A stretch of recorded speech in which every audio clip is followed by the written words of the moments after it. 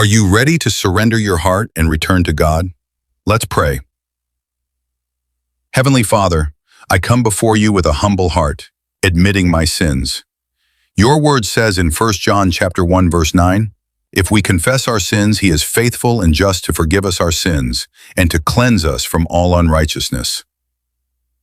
Lord, I have fallen short of your glory.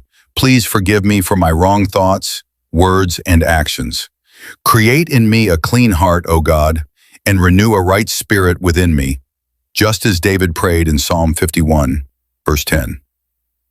I repent and turn away from the things that have separated me from you.